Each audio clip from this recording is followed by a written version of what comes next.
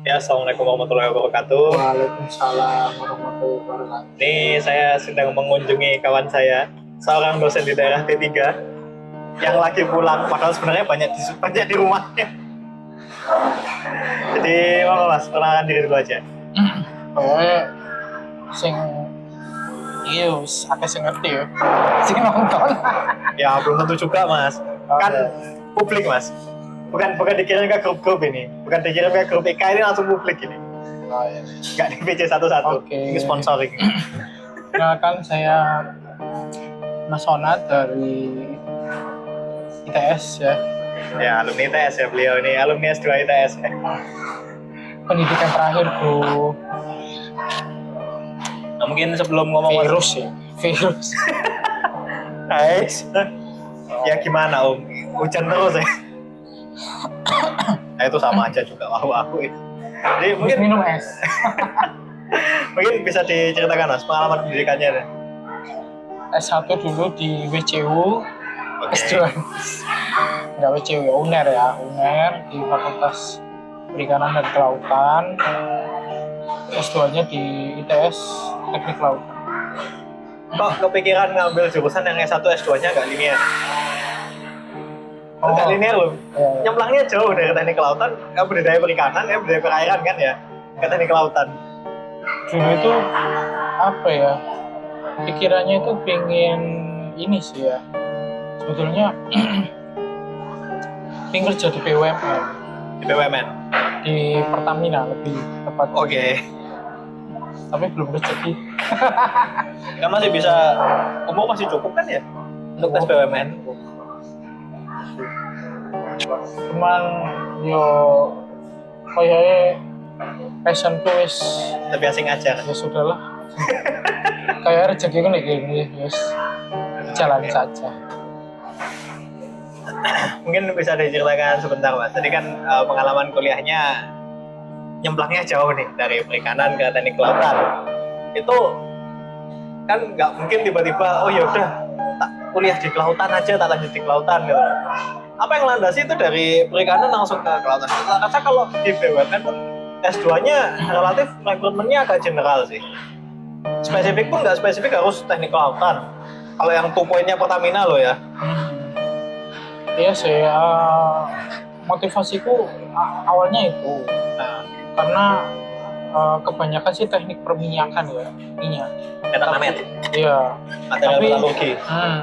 Tapi teknik kelautan itu juga membahas tentang offshore. Offshore itu teknik lepas pantai. Nah itu biasanya kan awal dari biasanya Pertamina itu ngambil minyak bumi yang warna hitam pekat itu biasanya. Ya. Ya dari fosil lah gitu. Ya itu sih. Tapi ya nggak kepikiran sampai sejauh itu bakal kerja di lepas pantai juga. Ya, kali mau kerja lepas pantai. Iya. Cuman waktu itu bayanganku ya itu sih motivasi. Tapi terus makin kesini sih yo apa ya? Aku semakin enjoy sih sama teknik laut. Status ini ya, status pendidikan Bukan status keilmuannya. Oke. Semakin ini lebih enak nih. Kayak misalnya ini masalah penelitian gitu itu nggak perlu ini sih apa kayak survei lapangan. Jadi kayak Oh ya. ambil ya udah dapat data dari mana aja bisa diolah sih. Terus ngambil datanya lebih mudah ya. Jadi lebih kayak barcoding dan lain sebagainya. Lebih kayak ngolah data bukan SPSS tapi program-program lain. Iya, ya. Kalau ini ya mas, pengalaman pasca kampusnya nih. Ini dulu S1 selesai langsung S2 apa sempat kerja dulu? Dulu sempat kerja dulu sih. Sempat kerja di Sesuai bidang apa? CP Prima awalnya. Oh, CPP. Ya, dulu. Masih di bidang perikanan ya dulu? Iya, tapi cuma beberapa bulan sih. Nggak terlalu enjoy. Nah, kalau ini pasca S2-nya? Aku 2016. Masuk S2 2016? Iya, 2016. Lulus? Lulus 2000, aslinya 2018. Harusnya. Enggak, memang 2018. Ada 18. Tapi aku wisudanya ikut yang 2019 karena kuotanya waktu itu penuh. Oh, 2018. oke. Jadi kayak dibatasi sih. Cuman karena faktor kuota wisuda aja ya. Iya. Terus ini Mas, pasca lulus S2 di Teknik Kelautan, kesibukannya apa? Apa langsung seperti sekarang yang pekerjaan sekarang yang sebagai pengajar, atau masih sempat kerja di tempat lain dulu? Pasca lulus S2, iya pasca lulus S2, baru pasca lulus S2-nya. Oh, pasca lulus S2 langsung ngajar sih, soalnya waktu sebelum wisuda itu di 2019 aku sudah diterima kerja di sini sih. Langsung ngajar? Nah. Ngajar yang katanya dulu di ITB itu? Oh enggak, kalau ITB itu beda lagi, itu diajak temanku. Nah, itu namanya singkatannya ITB, tapi bukan Bandung ya. Tapi Institut Teknologi Bima waktu membuka prodi baru, nah kita kayak dipinjem aja ijazahnya. Ya ijazah dan lain-lain. Untuk pembukaan prodi. Sebagai syarat minimal ya. Ya, tapi ya karena kebetulan teman-temanku banyak yang lulus sih waktu itu. Di 2019 setelah aku. Periode berikutnya, okay. Aku kan 119. Angkatan 119. Enggak, wisudanya 119. Terus yang temenku 120. Kalau di ITS itu cuma 2 kali sih. Ya, Maret sama September biasanya. Beda sama sebelah, itu bisa sampai sebelah 4 kali. Iya, mungkin buahnya banget ya. 4 kali. Ya karena over. Ya, over. Tapi bisa dimasukin. Kalau ITS enggak iso, berarti masuk ke berikutnya. Iya, ada kuota. Jadi itu nggak bisa dipaksain. Jadi kalau kehabisan kuota ya nunggu periode berikutnya ya hanya untuk sekedar wisuda. Tapi SKL. Tapi paling nggak bayar. Ya, bebas ini. Dan setahu saya sih kalau di ITS dulu, saya salutnya yang nggak ada di kampus sebelahnya itu jasa bisa diambil tanpa harus ikut wisuda. Oh iya. Bayar, tapi bayar itu oke. Tapi kan tetap bayar kok. Iya, bayarnya itu oke. Cuman kan ijazah bisa keluar. Kalau di kampus sebelahnya kan nggak bisa. Ijazah itu hanya bisa dikasihkan ketika wisuda. Oh, aku nggak ngerti. Nggak bisa. Apa emang? Soalnya barenganku dulu wisuda barenganku ada angkatan 2007. Bukan karena dia sudah lama lulus. Dia cuma butuh ngambil ijazah aja karena dia udah kerja luar pulau. Baru bisa pulang itu akhirnya dia daftar wisuda ngambil ijazah. Oh, baru tahu sih. Itu salah satu minusnya sih yang saya juga mempertanyakan. Soalnya kan kadang kan kita sudah sebelum lulus kadang sudah terima kerja. Jadi sudah di luar gitu. Tergantung keadaan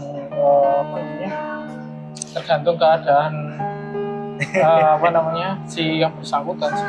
Iya, soalnya kan kalau diharuskan ijazah diambil ketika wisuda itu kan agak memberatkan sebenarnya. Karena nggak semua orang bisa menghadiri seremoni wisuda. Oke. Ini background kita aneh ya. Jualan emas. Background kita jewelry ya. Kita bukan promosi. Kita nggak di-endorse ya, Ini Mas, bisa nggak disampaikan pengalamannya ngajar di daerah T3? Ya walaupun masih sama-sama di Jawa Timur kan, tempat Mas Onat mengajar itu daerah yang masuk kategori T3 itu, daerah tertinggal lebih tepatnya. Pengalaman sih suka dukanya ada ya pasti. Namanya juga tempat 3T tadi ya. Tapi memang sih kalau kampus buka di situ sih menurutku strategis ya, karena kan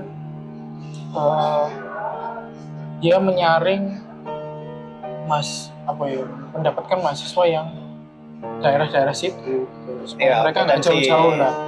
Karena ada Besuki juga ya daerah situ dan daerah-daerah lain yang biasanya larinya ke kota saya Mas kuliahnya. Iya, ada yang di UNES, tapi kalau nggak keterima ya balik ke sini sih. Larinya ke kota saya. Iya, di UNES. Paling recommended sih memang paling dekat dari situ UNES. Paling murah juga. Iya, paling murah. Ya kalau itu sukanya ya artinya kita bisa menyaring mahasiswa daerah-daerah situ. Berarti bisa menampung mahasiswa yang dia tidak diterima di kampus lain. Iya, terutama UNES ya, atau Politeknik Jember ya. Terus apa namanya, dukanya sih mahasiswanya sih kayak kurang kurang greget aja, kurang semangat untuk belajar sih. Itu ya mungkin karena lingkungannya juga yang malah ngapain sih sekolah tinggi-tinggi, paling ya nanti ini gitu. Ada doktrin begitu dari lingkungannya. dan lingkungan. Jadi emang membahas stigma lingkungan itu nggak gampang, terutama di daerah ya. Makanya dulu saya ini sering sama teman-teman organisasi itu, kita kalau promosi kampus kita menghindari kota, daerah kota. Kenapa? Karena daerah kota itu mereka sudah punya gambaran mereka mau kuliah di mana, mau lanjut di mana. Tapi kalau di terjun di daerah, rata-rata mereka mikirnya lulus nikah, lulus nikah, lulus nikah. Ya, Lulus kerja di sawah. Banyak yang seperti itu. Itu yang masih. ya tapi kita sebagai saya ya sebagai akademisi terus mensupport, menyemangati teman-teman atau mahasiswa yang ingin mungkin lanjut studi melalui beasiswa, karena kan potensinya daerah 3T juga kan. Ya, potensi untuk kembali itu cukup besar. Peluang pekerjaan atau peluang potensi daerah itu belum termanfaatkan secara baik sih. Karena orang-orang di sana rata-rata yang baru pendidikan malas pulang. Yang sudah kuliah di Surabaya, nyaman di Surabaya, cari penghidupan di Surabaya. Udah kuliah di Jember, nyaman di Jember, cari penghidupan di Jember, nggak mau pulang. Itu banyak ceritanya seperti itu.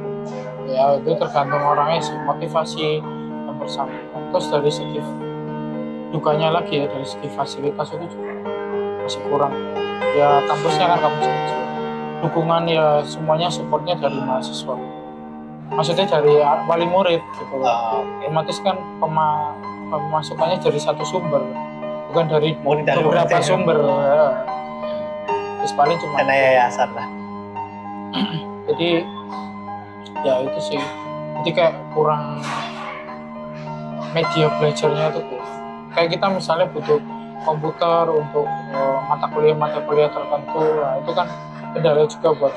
Tapi ya untungnya ada mahasiswa yang udah punya laptop, jadi lumayan bisa support untuk belajar yang sederhana kayak Corel Draw, gitu ya, Paint, kayak gitu. Kita memang sedikit menggambar map peta untuk mata kuliah tertentu sih. Itu sih. Ya, itu kan salah satu ininya ya, salah satu masalah. Jadi kalau kita beranggapan di kampus itu laptop ada hal yang biasa, itu mungkin berlaku untuk di kota besar seperti Surabaya, di Jakarta, kota-kota besar lainnya seperti Malang gitu. Tapi kalau di daerah itu laptop masih dipandang sebagai sebuah barang mewah ya. Di daerah itu. Paling mahal juga kan. Sebenarnya 2,5 dapat sih, tapi 2,5 itu mungkin kalau kita bisa men-spare-kan segitu, mereka aja untuk men-spare-kan uang segitu mungkin agak butuh proses. Soalnya ya UMR daerah kan juga beda-beda kan, semakin ke daerah ya semakin rendah, beda dengan mungkin Surabaya ya. Jember aja 2,2. Oh mohon maaf, di situ Bandung itu 1,7 loh, 1,8. Nah iya, aku mau di Jember nih, Jember itu 2,2 UMR. Oke, next. Oke, kita ada pengalaman ininya. Kalau di sana kan, itu sudah umur kampusnya berapa sih? Sudah ada alumninya kan harusnya ya? Di tempat pengajaran. Kalau di Prodiku baru ada alumni 1 sih, maksudnya Satu angkatan? Iya, 1 angkatan. Bukan 1 orang kan? Ya, 1 angkatan. Udah lulus berapa ya kemarin? 7 orang lah. Baru lulus ini? Iya, tahun kemarin. Tahun kemarin. 2022. Ya, cuman tentunya masih belum bisa diharapkan terlalu banyak berkontribusi apalagi sampai kasih sumbangan ya. Mereka baru lulus ya? Ya, enggak lah sumbangan enggak. Ya sukarelawan aja. Sukarelawan. Terus juga untuk masalah akreditasi sih, ya alhamdulillah kemarin dapat baik sih. Akreditasi B? Iya B. Dengan catatan? Sebetulnya ya nggak ada masalah sih. Untuk masalah akreditasi sih mungkin semua itu bisa ya dapat itu. Ya tapi tergantung orangnya yang ngerjain, maksudnya timnya ya, Belum tentu. timnya ya. Kita tahu contoh yang paling konkret. Yang tidak perlu kita sebutkan di mana. Belum tentu. No comment. Nah, tapi kemarin waktu kita ngerjain sih ya akreditasi itu memang jeripayanya luar biasa sih. Ya kita effortnya juga udah karu-karuan. Rasanya kayak mlebu gede mari aku yang mlebu gede. Iya, karena benar-benar kepayahan. Bahkan di hari-hari terakhir itu H-1 kita masih revisi terus. Tapi alhamdulillah itu baik. Ya, ini sekedar promosi dikit ya, kampus kita yang mungkin dekat-dekat situ. Monggo yang mau daftar, selama di tag lah ya, silakan mendaftar. Kampus Tahun aja. maksudnya mahasiswa yang ini. Ya 2023 S1 akreditasi sudah oke. Ya nanti ada websitenya kan ya. Ada. Nah nanti websitenya nanti saya linknya saya taruh di sini. Tapi ini masukan aja sih. Bukan anu. Kalau kalian punya potensi lebih dan bisa kuliah di negeri ya saran saya. Nah ya kalau bilang masalah biaya tak rasa beasiswa banyak ya. Ya. Sekarang ini beasiswa banyak, apalagi untuk daerah T3 itu relatif lebih mudah untuk mendapatkan beasiswa. Ya. Aksesnya banyak, datanya ada sendiri. Ya. Kayak gitu. Ya, situlah. Next. Oke, ini Mas, yang dirasakan, nah ini kan seingat saya nih ya, kita ngobrol dari dulu itu, panjenengan ini bisa sampai mengajar di situ Bondo, itu karena ada peran besar alumni. Ini alumni yang mana ini? Pertanyaan yang menarik, tapi juga sudah tahu jawabannya apa. Iya, kan Karena saya kerjanya ya di prodi teknik kelautan, dan waktu itu memang lagi butuh banyak, karena kebetulan yang waktu itu membangun itu kan kakak kelasku juga, alumni ITS. Oke. Berarti teknik kelautan di sana itu emang masih baru dan dirintis oleh alumni ITS ya? Baru 2018 terbentuk. Wah, tas dulu. Wah, tas mulus nih. 2015 terbentuk, 19 aku masuk. Wah, tas mulus kuy. Nah, tapi kakak kelasku ada yang keterima PNS gitu loh karenanya. Jadi misalnya di situ ada 5 orang ya minimal untuk pembentukan prodi baru. 3 orang ini udah keterima PNS. Berarti hampir separuh lebih ya. Yang waktu itu di 2018 ngajar terus tes sama PNS di tempat lain. Iya, di tempat lain. Iya nyebar ya, ada yang di UNED, ada yang di Surabaya juga, ada yang di luar Jawa sih. Nah itu apa namanya? Ya karena faktor itu terus akhirnya kita butuh dosen sih. Ya mungkin rezeki saya juga kan ya. Ya alhamdulillah lah. Ya, daripada nganggur. Ya jangan sampai lah ya. Tingkat pengangguran sudah besar, itu minimal kita nggak menjadi salah satunya. Ya. Bagaimana struggle kadang kerja itu nggak harus sesuai sama bidang juga sih. Ya, yang penting happy. Siap. Jadi memang di sana banyak peran ini ya, banyak peran alumni yang berkontribusi sehingga masih bisa kerja di sana ya. Iya, dan saya waktu itu dapat ya sedikit cerita ya sejarahnya. Saya bisa kerja di situ, informasinya juga dari alumni. Peran alumni juga ya, ngasih. Ini loh bro, ada lowongan kerjaan dosen di sini gitu ya. Mau nggak daftar, monggo daftar. Ya itu kan juga ada tahapan tesnya juga. Oke. Mulai dari wawancara, micro teaching, tes tulis. Ya itu, dosen itu harus wajib micro teaching kan, lolos micro teaching itu. Ya betul lah ya ngasal sih, ngasal. Ya rezeki kembali sih. Ya apapun itu ya disyukuri aja sih. Sekarang di 2023 ini kan musim apa ya, hampir startup itu jatuh ya. Saya krisis tahu lah. Saya tahu salah satu korbannya. Dan hampir ya sebagian orang kena PHK besar-besaran. Bahkan dulu waktu pandemi awal-awal ya kita sedikit menyinggung ya ini ya. Waktu pandemi itu juga berdampak krisis juga ya. Banyak yang bahkan saudaraku juga kena PHK waktu itu. Ya gimana lagi. Ya, warungku akhirnya pasca pandemi juga gulung tikar. Nah, artinya kan restoran-restoran juga. Ya, dampaknya dirasakan banyak orang. Ya alhamdulillah saya sebagai orang yang mungkin waktu itu ya di 2019 ke 2020 masih setahun ya. Saya cuma agak deg-degan nih, waduh. Ini mahasiswa sudah mulai, wali murid kan membayarnya Udah mulai habis. resah. Bukan, wali murid ini sudah mulai menyicil. Agak Bukan. sulit. Ya, tapi sempat juga kita maklum juga gitu loh kondisinya seperti itu. Padahal pendapatan kita yang saya cerita tadi di awal ya dari wali murid. Nah, otomatis kalau dicicil, gaji kita Dicicil juga. Itu sempat belum pernah telat itu. Pernah loh itu. Yang miris itu wah proyek-proyek itu mandek deg. Satu persatu aduh itu habis. Sama po, aku proyek konstruksi waktu itu hampir nggak ada orang lagi mode saving semua, nggak ada yang lagi mode spending periode seperti itu. Nah, ya, makanya terus ya saya bersyukur lah sampai saat ini masih bisa survive kerja dan lain sebagainya. Terus ya sempat deg-degan lah waktu itu kan. Waduh wali murid gimana ini bayarnya mulai ngecek.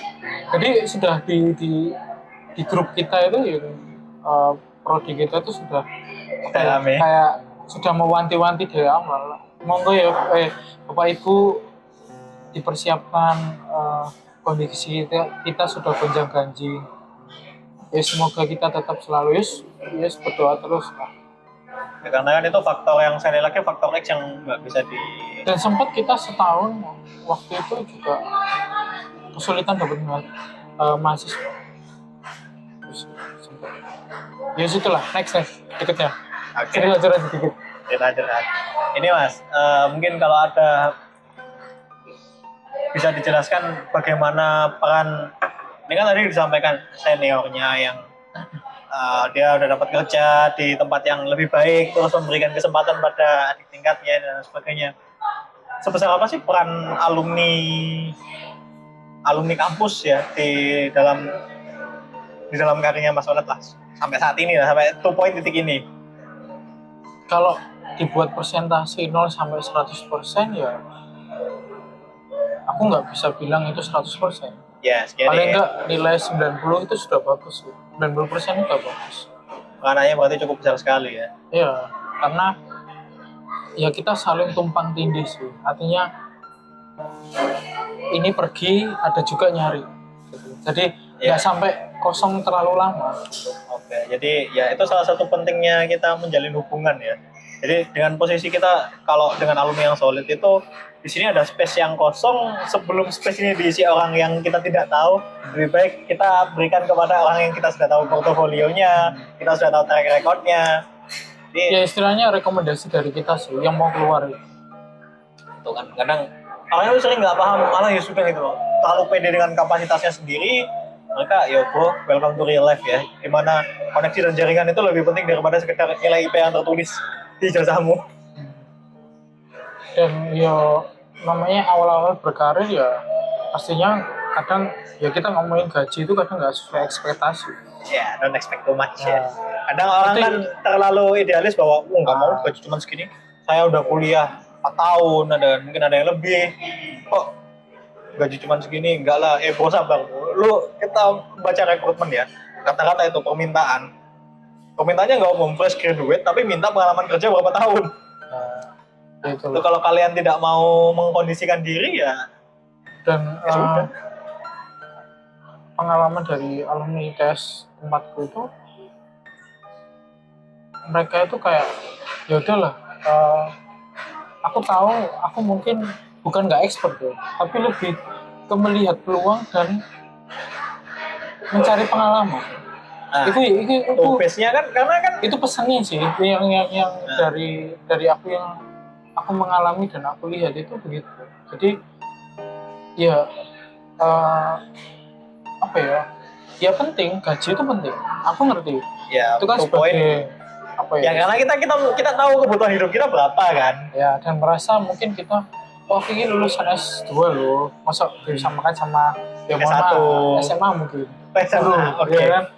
Gaji bawah lumayan tinggi bro. Nah, makanya Lebih tinggi dari kampus itu. kita jangan melihat itu sih. Justru kadang itu menjadi tantangan juga untuk next di kehidupan kita. Yang kadang-kadang, ya mohon maaf, di kampus WCO yang kata Mas itu kadang melihat pertama gaji, melihat pertama segalanya itu apa sih yang bisa kamu berikan kepada saya, tapi tidak berpikir apa yang kamu bisa berikan kepada perusahaan. Mereka tidak mikir bargaining power mereka itu sudah sekuat apa, Iya. portofolio mereka seperti apa, sehingga perusahaan layak menggaji sesuai ekspektasi mereka. Itu salah satu masalah yang ya dibilang pelik cukup. Ya karena aku mikirnya waktu itu aku nggak punya pengalaman ngajar, ada kesempatan, ya udah aku dikasih tahu bahasanya diinformasikan oleh alumni, ya coba aja, dan ya sudah dijalani, ambil pengalaman. Terus Mungkin ada ini nggak Mas, ini menjelang closing statement nih, ada nggak saran atau mungkin pesan-pesan gitu, jadi bagaimana entah untuk alumni misalnya atau untuk mahasiswa-mahasiswa yang kadang kan, karena saya ada beberapa kasus tuh ketika mereka gagal menggapai pilihan utama mereka, kuliah ya terutama jurusan favorit mereka, habis gitu mereka seperti oleng, ya udahlah yang penting ini aja, yang penting ini, sehingga ya seperti yang disampaikan Mas Ona tadi itu motivasinya itu sense of struggle, bagaimana dia untuk oke, aku udah masuk di sini, bagaimana aku bertanggung jawab dengan aku yang ada di sini, itu cukup kurang sih. Mungkin bisa di ini kan. kalau aku saran itu gini, Ini fokus ke alumni dulu apa ke mahasiswa dulu nih? Kayak yang calon mahasiswa nih. calon mahasiswa dulu lah. Calon mahasiswa. Mungkin dua-duanya kali ya. Oke, siap. Nanti dipilah-pilah sendiri aja lah. Oke. Pertama itu fokus pada tujuan. Tujuanmu mau kemana sih? Gitu kan. Kalau tujuanmu sudah mantep di situ, terus kamu menentukan tujuan itu, maka tujuan itulah yang harus kamu kejar. Harus kamu bukan menggebu-gebu, atau mungkin bahasanya temanku itu Kemurusu. bukan terlalu terobsesi. Oke. Bukan itu, tapi tujuan itulah yang mengarahkan kamu pada suatu hal. Oh ini loh, kamu punya tujuan yang ternyata kamu bisa gapai. Nah itu dengan cara kamu harus keluar dari zona nyaman kamu, comfort zone. Itu penting. Misalnya awakmu Ya contoh gampang Mas Onat lah, sudah nyaman di Surabaya, gaji Surabaya udah lumayan besar sih sebenarnya. Pilih untuk ngajar di daerah T3, itu benar-benar keluar dari zona nyaman itu. enggak sih, kalau di Surabaya itu memang dari zaman dulu S2 itu sudah sering mengerjakan proyek-proyek juga sih aku. Jadi terbiasa dengan ritme itu sih, jadi wis kebawa sampai ke sini juga. Nah itu sih, sama goalnya, tujuannya itu apa. Kadang kan orang itu salah satunya mereka punya goal tapi nggak tahu cara breakdownnya. Ini kan ada nih main goalnya kayak gini, titik lu di mana, titik lu di sini. Nah ini nyari nata anak tangganya itu seringkali kan orang kelimpungannya yang di sini nih, di ada blank page ini. Itu yang perlu di ini. Kadang-kadang aku juga melihat menilai gimana sih orang itu ketika tidak sesuai ekspektasi harapannya, dia down atau tetap lanjut nih. Kalau tetap lanjut gimana anunya dia. Nah, itu yang aku selalu melihat orang itu begitu sekarang. Jadi kayak itu memotivasi aku. Oh, bukan berarti ketika kamu tidak sampai tujuan kamu, bukan berarti itu bukan rezekimu, tapi itu sebagai batu sandungan kamu untuk kamu mengevaluasi apa sih yang selama ini kamu lakukan itu salah nggak, apa sesuai sudah sesuai nggak gitu sih. Kadang orang itu kan pada poin titik evaluasi itu seringkali orang kan tidak bisa mengevaluasi diri sendiri. Iya jatuh, akhirnya dia benar jatuh down, terus akhirnya ya udah aku pilihan sembarang, kerja, akhirnya tujuannya nggak tercapai. Jadi makanya kayak aku sedikit merubah tujuanku, tapi ya walaupun mungkin belum di tempat yang, ya mohon maaf ini ya, bonafit ya, tempat yang bonafit, tapi Ya, saya sebagai manusia itu tetap harus bersyukur. Artinya rezekiku gak melulu dari uang, tapi pengalaman. Ya, kadang orang itu sering memandang sebelah mata sebuah portofolio gitu loh. Kembali ke tadi ya, pengalaman itu penting sih.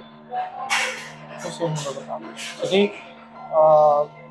pesan-pesan berikutnya yang alumni, ya menurut aku kamu harus menentukan tujuan kamu kemana. Tujuan organisasi alumni ada itu untuk apa gitu ya maksudnya. Tujuan kamu untuk apa? Terus apakah untuk membantu atau sekedar cuma buat ajang pamer? Dan mencobalah merampingkan apa ya istilahnya lebih sederhana lagi ke organisasinya. Jadi misalnya grupnya kalau mungkin ada 5 atau 6, dibuat aja 1. Yang penting semua bisa ikut, semua bisa tahu informasinya, komunikasinya tetap jalan. Nah, ibaratnya kalau pohon itu jati itu yang paling penting jangan gengsi. Yang paling penting. Nih, temanku di ITS itu jarang mereka tuh gengsi. Tapi beda ya temanku yang di UNER. Oke. Gengsi banget. Apalagi masalah gaji. Oh, temanku enggak. Ya, saya paham itu karena saya tahu teman saya yang walaupun sekarang ini alumni ITS juga. Walaupun sekarang dia sedang tidak bekerja, teman musangkatan sih. Nah, sedang tidak bekerja atau apa dan sebagainya. Dia itu jualan baju, jualan ini, jualan apa. Itu kayak nggak masalah. Kalau ngomong pekerjaan, dia juga nggak pernah linear loh. Reporter coba dijawab berapa tahun. Tapi ya itu, gitu loh. Aku juga tahu sih. Ya kenal juga. Tapi ya itu artinya selama itu cuan ya. Karena temenku gitu, selama itu cuan ngapain malu? Kita kan nggak nyuri mas. Nah, gitu. Kita kan nggak mengambil hak orang lain itu sih. Nah, karena kan kalau dagang itu rezeki dagang, itu toko emas tuh. Ya. Yang hampir udah ada sendiri yang bagi. Pikirannya apa ya, sederhana, terus nggak ribet, simple sih. Itu salah satu komplementari yang disampaikan, ada salah satu HR yang langganan durian di tempat saya. Biasanya tiap kali dia lagi program, dia bilang, Mas, jujur ya Mas ya, kalau keilmuan itu banyak yang di atasnya angkat alumni ITS. Dia menyampaikan gitu. Tapi kalau ngomong kapasitas adaptasi, alumni ITS itu nggak ada duanya Mas. Mau ditaruh di mana aja, lingkungan kayak gimana, dikasih range pekerjaan kayak gimana, mereka relatif nggak banyak konflik. Mereka kalau mau lobby gaji itu nunggu dulu satu proyek selesai, portofolionya gini, dia bisa jelaskan kontribusinya terhadap proyek itu, sehingga proyek berikutnya dia lobby gaji. Pak, saya proyek kemarin, saya kontribusi saya ini yang saya selesaikan, ini yang saya kerjakan. Saya minta untuk proyek berikutnya, fee saya sekian. Jadi lobby by basic. Ada datanya, ada ininya. Jadi pertama tuh gajinya mungkin ya kayak sampaikan tadi, jangan lihat gaji awal minta langsung tinggi gitu, enggak. Gunakan pengalaman itu untuk nata portofolio. Nah, portofolio itu yang bisa digunakan untuk bargain power untuk nego gaji berapa. Nah, mungkin aku sedikit sebelum closing ya. Ya, sebelum closing. Tapi aku menambahkan sedikit. Ini mungkin bisa next video berikutnya ini. Oh iya, bisa. Gimana temanku itu bisa struggle waktu itu dengan gaji dari dosennya. Jadi dia itu S2 dari gaji dari dosennya. Luar biasa ya. Gimana dia bisa dapat itu gitu. Padahal dia udah dapat beasiswa. Masih dibayar sama dosennya. Iya. Loh, padahal S2 di tempatku waktu itu yang angkatan bawah itu sudah per semester 10 juta loh.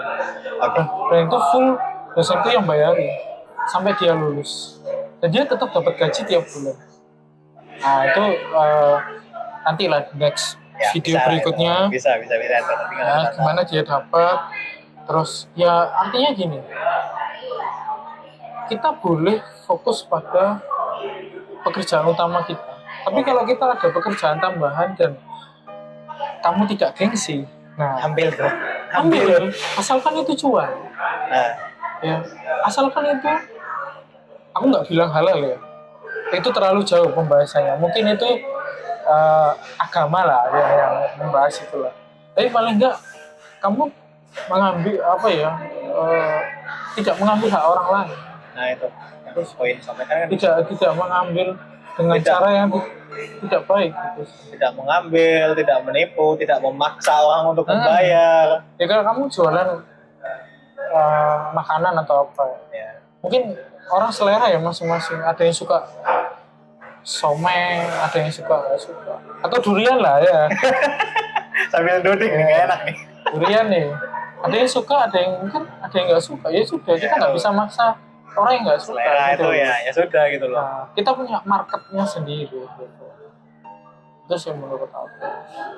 Ya itu sih. Closing statement mungkin?